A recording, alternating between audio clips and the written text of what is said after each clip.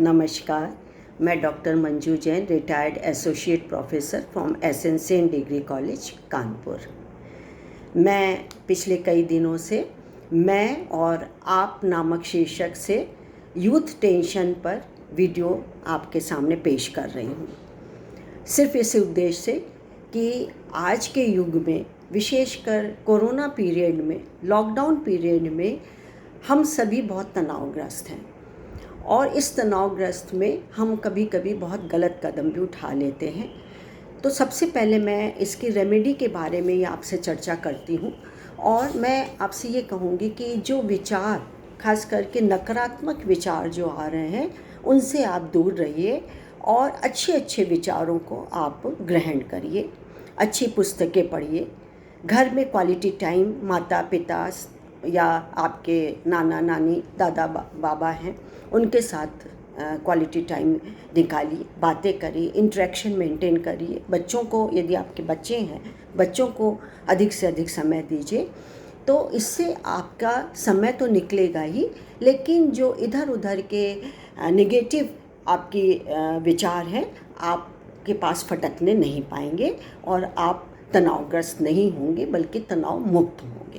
और तनाव मुक्त होने के बहुत सारे मैंने उपाय आपके सामने रखे हैं।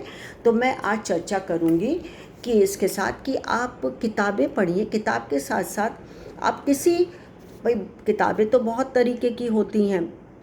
जासूसी आपका मन करता है, थ्रिल का मन करता है पढ़ने का, कोई हॉरर शो देखने का या हॉरर नॉवेल्स पढ़ने का शौकीन होता है, डिटेक्टिव होती हैं, कोई हास्य की होती हैं, बहुत सारे तरीके के हमारे विषय होते हैं। लेकिन आज मैं एक ख़ास विषय ले रही हूँ कि पोयम पढ़ने का या शायरी पढ़ने का क्या फ़ायदा होता है और क्या इससे हमारा कोई माइंड डाइवर्ट होता है। तो मैं इसको कहूँगी कि 100% 100% इससे माइंड डाइवर्ट होता है। और डाइवर्ट होने के साथ साथ हम क्या क्या सीखते हैं ये भी मैं आपको बताऊँगी। तो मैंने कुछ इंटरनेट से लिया है, कुछ और एक दो जगह से लिए हुए हैं। तो रिसर्च बताती है कि कितनी बीमारियां इसके द्वारा ख़त्म हो जाती हैं। तो मैं आपके सामने शेयर करती हूँ। तो इसमें मैं बता रही हूँ बेनिफिट्स ऑफ रीडिंग पोएम्स हैं या शायरी हैं, जो भी हैं। इसके लिए जेम्स टर्नर हैं, लेखक हैं, वो बताते हैं, it depends on you, you won't get anything but boredom and grief if poetry is not your thing. If it is, then you will get most if you give yourself the freedom to explore the field of poetry in your own way and at your own pace. There is all the time in the world. There may not be all the time in the world, but this is the feeling to have when exploring poetry. बहुत सही बात. You won't get more benefit by hurry and deadlines. Now, the actual benefits, enjoyment, fun, knowledge, मेरे विचार हैं. Connection with another human mind, and opening of doors into new realms of experience and feelings, enrichment, new friends, knowledge of human nature, how it does and doesn't change over the centuries. You get into a great mind. It is an extraordinary experiences. मैं बताती हूँ कि क्या फ़ायदे हैं। तो 2-4 points हैं, मैं आपके सामने रखूँगी, जिसमें कि पहला पॉइंट है improve verbal skills and memories. आपकी जो बोलने की शक्ति है या आपकी जो बोलने का एक तरीका है, या आप सीधे सीधे बात कर रहे हैं, तो आपको क्या है, वोकैबुलरी आपकी बढ़ती है। क्योंकि हम जो प्रोज में करते हैं वो सीधी सीधी भाषा होती है, वो जा रहा है, खा रहा है, कर रहा है। लेकिन पोएम तो ऐसी नहीं होती है। पोएम में बड़े सजा धजा के, बड़ी सज्जित भाषा में लिखा रहता है। तो कभी कभी वो हमें समझ में नहीं आती, तो हम डिक्शनरी खोलते हैं, लोगों से पूछते हैं, तो नेचुरली हमारी वोकैबुलरी बढ़ती है, जानकारी, शब्दों की जानकारी हमारे में इम्प्रूव होती है, इंक्रीज़ होती है। और साथ ही हम बहुत दिनों तक इसको याद भी रखते हैं। कैसे? क्योंकि हमने बचपन में पढ़ा था, मछली जल की रानी है और चुन्नी मुन्नी ओढ़े चुन्नी अब तक याद है। तो छोटे छोटे जो टुकड़े होते हैं अच्छे होते हैं, हास्यास्पद होते हैं, हमारे या मन के भावना को छू लेते हैं, वो हमको बहुत दिनों तक याद रहते हैं। लेकिन आप कोई ऐसे या जैसे निबंध होते हैं या निबंध की तरीके से होते, प्रोस की तरह होते हैं, वो हमें बहुत दिनों तक याद नहीं रहते। तो हमारे लिए फ़ायदा है। फिर क्या फ़ायदा करता है, क्या हमारे लिए इम्पोर्टेंस या हमारे लिए बेनिफिशियल है? Improve critical thinking. क्या है कि पोएट्री यूनिडायरेक्शनल या यूनिडायमेंशनल नहीं होती है, सीधी सादी नहीं होती जैसे हमने बताया था। तो क्या है कि इस पे हमारा लैंग्वेज पर कमांड बहुत अच्छा होता है और हमारी जो क्रिटिकल एनालिसिस होती है उसकी भी पावर को बढ़ाता है। क्या है कि हम उसको हर चीज़ में देखते हैं कि अरे ये ऐसा होता है क्या, ऐसा नहीं है क्या, या हम देखें कि ऐसा हुआ था। इस तरीके की पावर हमारे में, हम घर में माता पिता से पूछ करके, या आजकल डिक्शनरी है, डिक्शनरी पहले चलती थी और आजकल तो मोबाइल है, नेट है, गूगल है, सभी के द्वारा हम इसको जानकारी को हासिल करके हमारी एक क्रिटिकल जो एनालिसिस की पावर होती है वो डेफिनेटली ये इंक्रीज़ करती है। फिर ये डेवलप्स कहीं हद तक डेवलप्स एम्पैथी एंड इंसाइट। तो पोएम के साथ वो राइटर को बांधने की कोशिश करती है। जैसे मान लीजिए शेक्सपियर के ज़माने की है, तुलसीदास के ज़माने की है, बहुत सारे लेखक जो कि 16th century, 18th century, 17th century में हुए हैं और पोएम लिख करके हमारे सामने छोड़ गए हैं, इतिहास के रूप में हम पढ़ते हैं। और हमारे तो टेक्स्ट बुक में, हमारे कोर्स में भी बहुत सारी पोएम्स रहती हैं, बहुत सारे राइटर्स की रहती हैं। तो हमें उस ज़माने के बारे में हम जुड़ जाते हैं।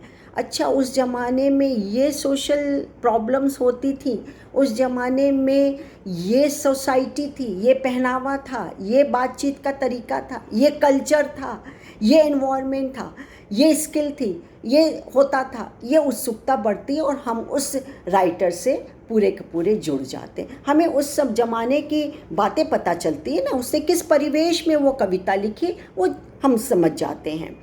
अच्छा परिवेश है, बुरा है, उदासी का है, बहुत झगड़ने का है, बहुत चिड़चिड़ा है, बहुत समाज में व्यंग्य किया हुआ है, समाज की प्रॉब्लम को लेकर के उसने लिखी हुई है। ये सब हमको पोएम के द्वारा पता चल जाती है, जो कि बहुत पहले 100 साल 200 साल पहले जो घटित हुई है, हमको उसके बारे में पता चल जाता है।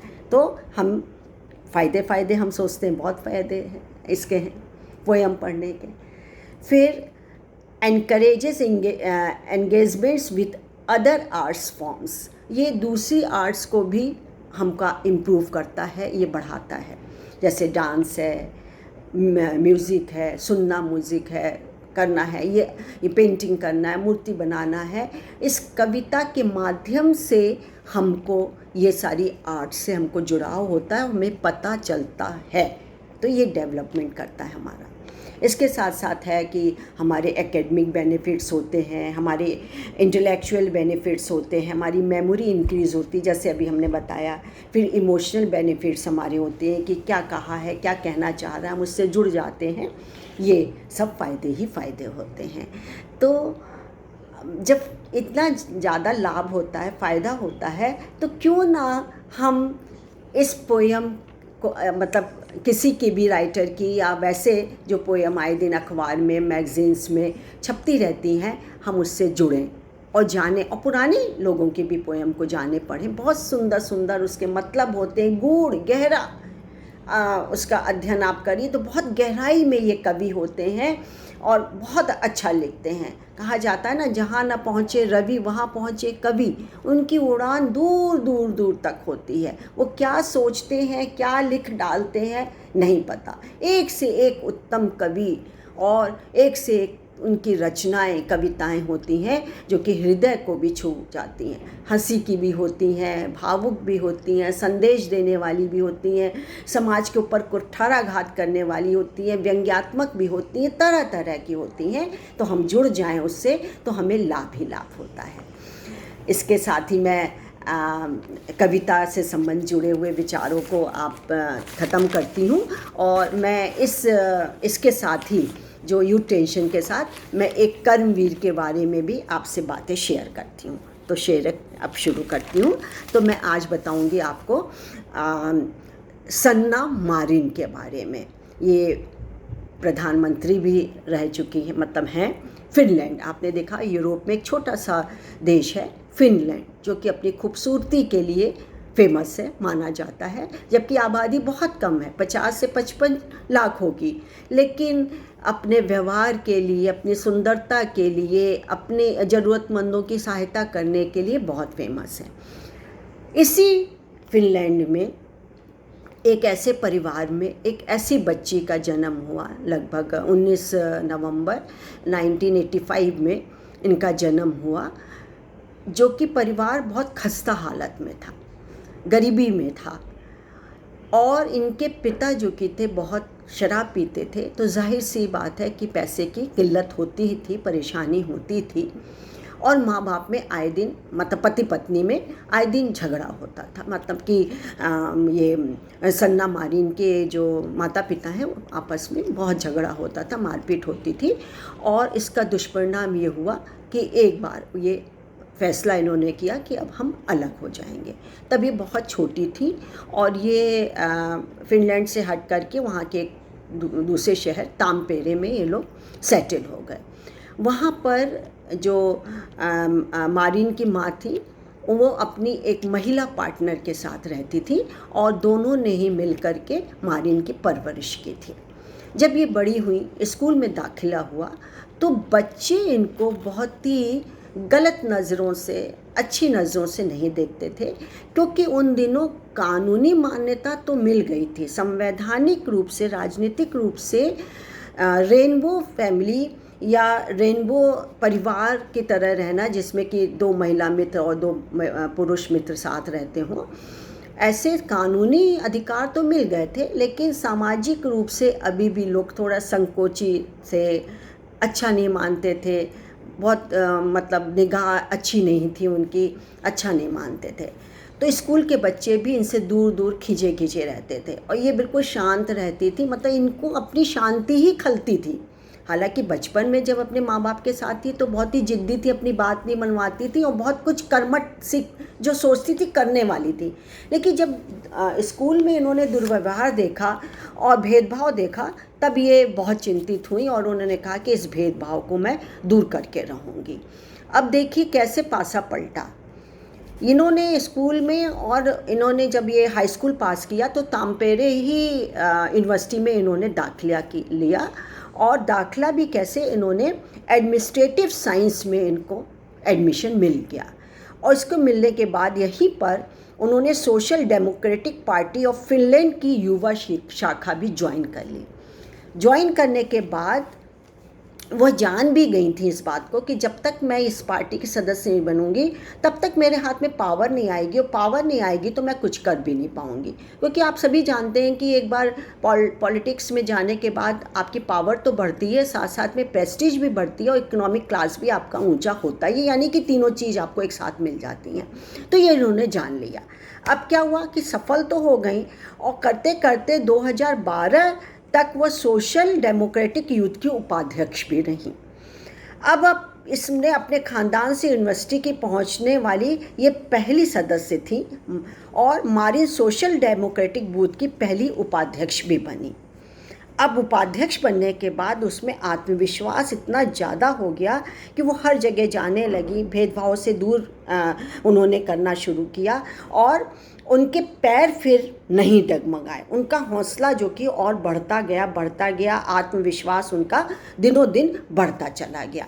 परिणाम क्या हुआ कि चंद महीनों में ही वो काउंसिल के लिए अपनी सिटी में, मतलब वो अपने काउंसिल के लिए चुनी गई हैं, और चंद महीनों के भीतर ही ये परिषद ने 27 साल की उस समय उम्र थी इनकी, और 27 साल की इस युवती पर भरोसा जताते हुए उन्होंने उसे मुखिया का पद भी दे दिया। इतनी जल्दी, बहुत अल्पायु थी, 27 वर्ष कुछ नहीं होती है, और मुखिया का पद ग्रहण कर लिया। उसके बाद इसी शिद्दत से उन्होंने इसकी समाज की सेवा में जुट गई, और वो बहुत ज़्यादा फिनलैंड में मशहूर भी हो गई। और 2015 के आते आते ये सोशल डेमोक्रेटिक पार्टी के टिकट पर फिनलैंड की संसद के रूप में चुनी गई। बहुत कम उम्र में अचीवमेंट इनका देखते जाइए। और उसके बाद पिछले साल मई में वो संसद के लिए दोबारा चुनी गई और उन्हें परिवहन और संचार मंत्रालय का जिम्मा भी सौंपा गया, जिसके लिए उन्होंने बहुत मेहनत से और बहुत ईमानदारी से इसको आगे बढ़ाया और उसमें जुटी रही। इसके बाद क्या हुआ, फिनलैंड में ही उन्होंने ये प्रधान 24 साल की थी तो इन्होंने अपना 34 वर्ष की जब हुई तब इन्होंने प्रधानमंत्री के लिए इनके चुनाव कर दिया गया।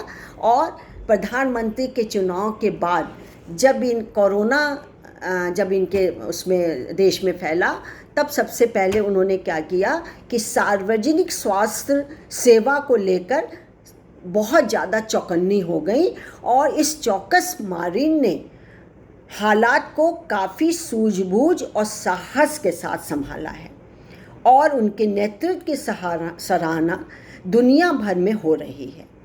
आज यदि संसार के तपे तपाए काबिल शासनाध्यक्षों की सूची में सन्ना मारिन का नाम सम्मान से लिया जाता है तो यकीनन यह फिनलैंड के लिए फ़क्र की, बहुत गर्व की बात, बहुत प्राउड की बात है और उसके नागरिकों के लिए बहुत सुकून देने वाला भी है। तो कितनी अच्छी बात है कि मेरा संदेश पहुंचाने का कर्मवीरों का ये है, वो भी यूथ टेंशन वालों के वीडियो के साथ, कि आप देखिए कि कितने अभावग्रस्त होने पर, कितने मानसिक तनाव से होने के बाद भी वो कहाँ से कहाँ पहुँच जाते हैं। तो क्या हम और आप क्यों नहीं कर सकते? ना प्रधानमंत्री, हर कोई प्रधानमंत्री और राष्ट्रपति उपराष्ट्रपति नहीं बनता है, लेकिन अच्छी लाइन तो पकड़ सकता है। आप सेवा भाव करिए, आप सोशल वर्क में जा कर के करिए, आप NGOs को पकड़ लीजिए, आप किसी भी एक दिशा में चलिए, आप देश की सेवा करिए, समाज की सेवा करिए, आप परिवार के बीच में रह कर के अच्छे कार्य करिए, परिवार में योगदान दीजिए, आप देश में योगदान दीजिए, आप अपने को पहचानिए। आप निस्संदेह बहुत अच्छे हैं, बहुत अच्छा कार्य करेंगे, ये मुझे मालूम है, लेकिन आपको एक दिशा निर्देश की ज़रूरत होती है जो कि आपको स्वयं में ही खोजनी है और खोजेंगे और सफल होंगे, ये मैं दावे के साथ कहती हूँ। आज के लिए इतना ही। नमस्कार।